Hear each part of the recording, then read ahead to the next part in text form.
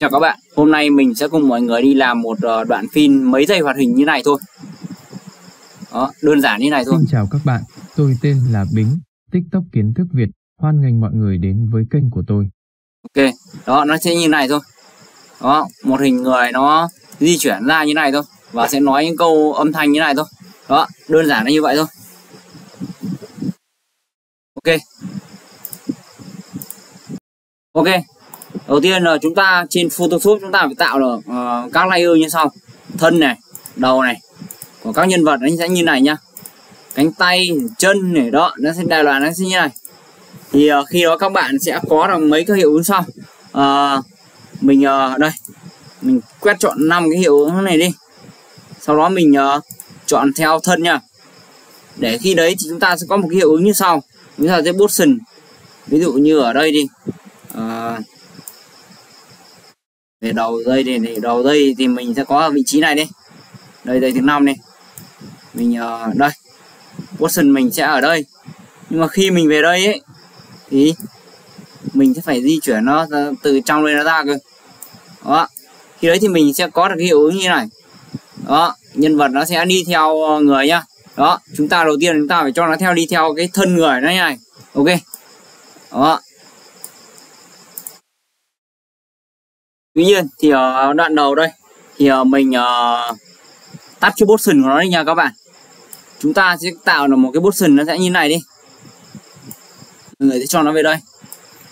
960 đi. Ok. Mọi người sẽ cho nó vào đây. Xong cho nó ra đây. Thì ví dụ như đây thành 515 đi. Đó. Để mình sẽ có được cái hiệu ứng là giống như nhảy lên nhảy xuống như này nhá. Ok, mình sẽ copy liên tục. Ctrl C này. Mình Ctrl V. Ok. Mình 5 10 15 này. Đây, Ctrl V.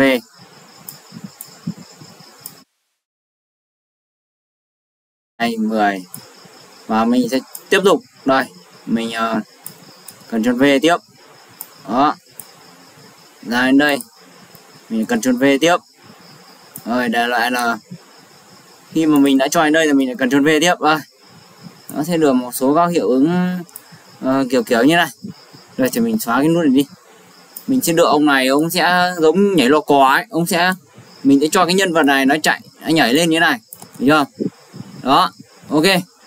Thì motion của cái thân này là chúng ta cho nó cài đặt như này nhá. Bước 1 là mình sẽ cho cài đặt như vậy đã. Ok, tiếp theo là mình sẽ chọn vào cái layer chân trái đây, sau đó mình mét cho nó 3 điểm nhá. Đây, mét cho nó 1 điểm đây này, một phát vào đầu gối này, một phát vào cổ chân, được chưa?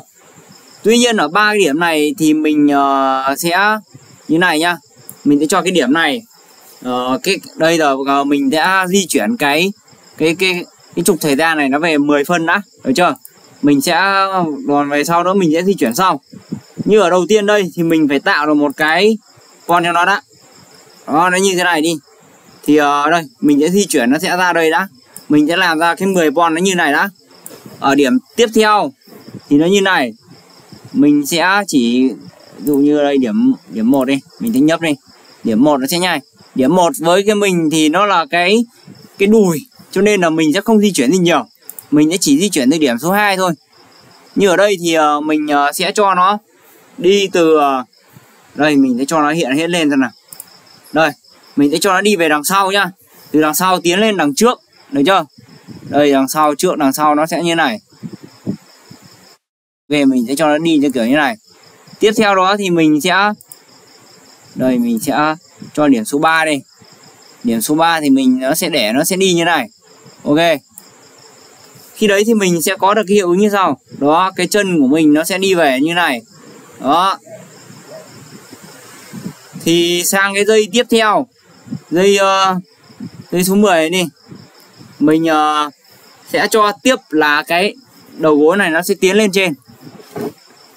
Giờ mình sẽ cho tiếp cái đầu gối này nó sẽ tiến lên trên. Như ở cái điểm bút in 1 này thì nó không ảnh hưởng gì đây. Điểm đầu tiên đây thì cái bút in 1 thì đây cái motion 1 này mình xóa bớt đi 1 điểm. Đây mình sẽ phóng to ra.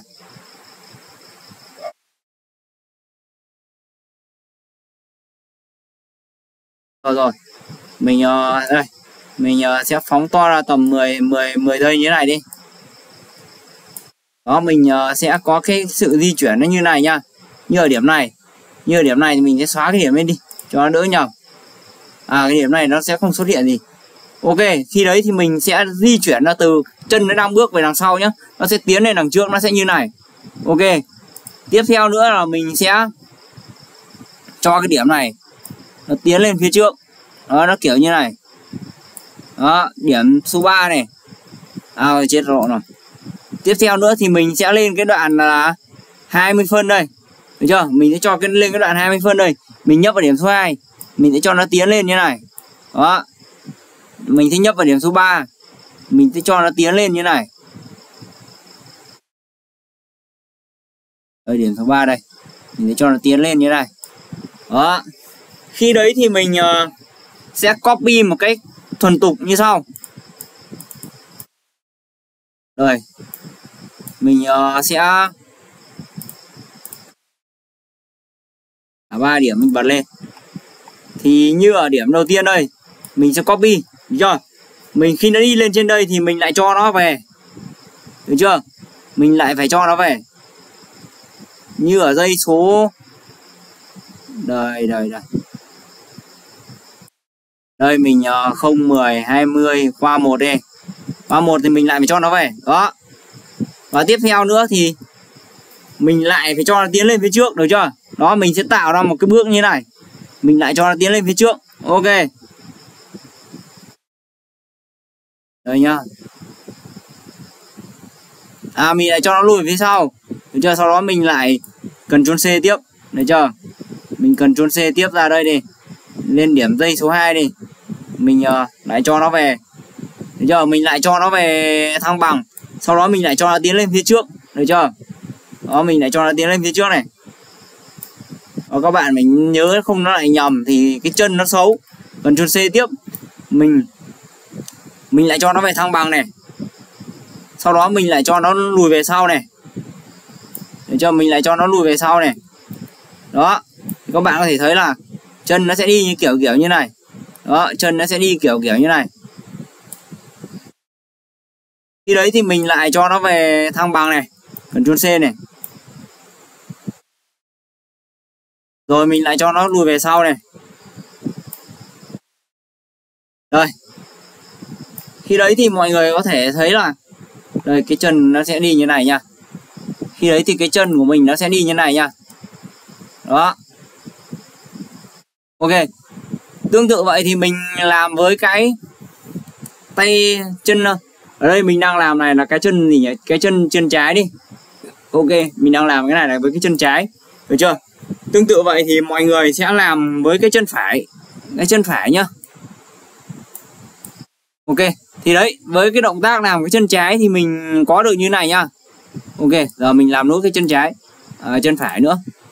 Ok, tiếp theo thì mình sẽ cho thêm cái chân phải nữa. Ok, mình sẽ position cái chân phải nữa. Nói chung là cái position cái chân phải này thì phụ thuộc vào cái hoàn cảnh của từng người nhá. Chúng ta phải phối hợp làm sao cho chân nó di chuyển nó hợp lý một tí thì mới được nhá. Thì nói chung là cái này nó phụ thuộc vào hoàn cảnh và cái trình độ năng khiếu của từng người nha mọi người. Thì chúng ta mới làm được như này nhá. Thì chúng ta sẽ cho nó như thế này. Đó. Đó. Kiểu nó sẽ đi như thế này. Ok.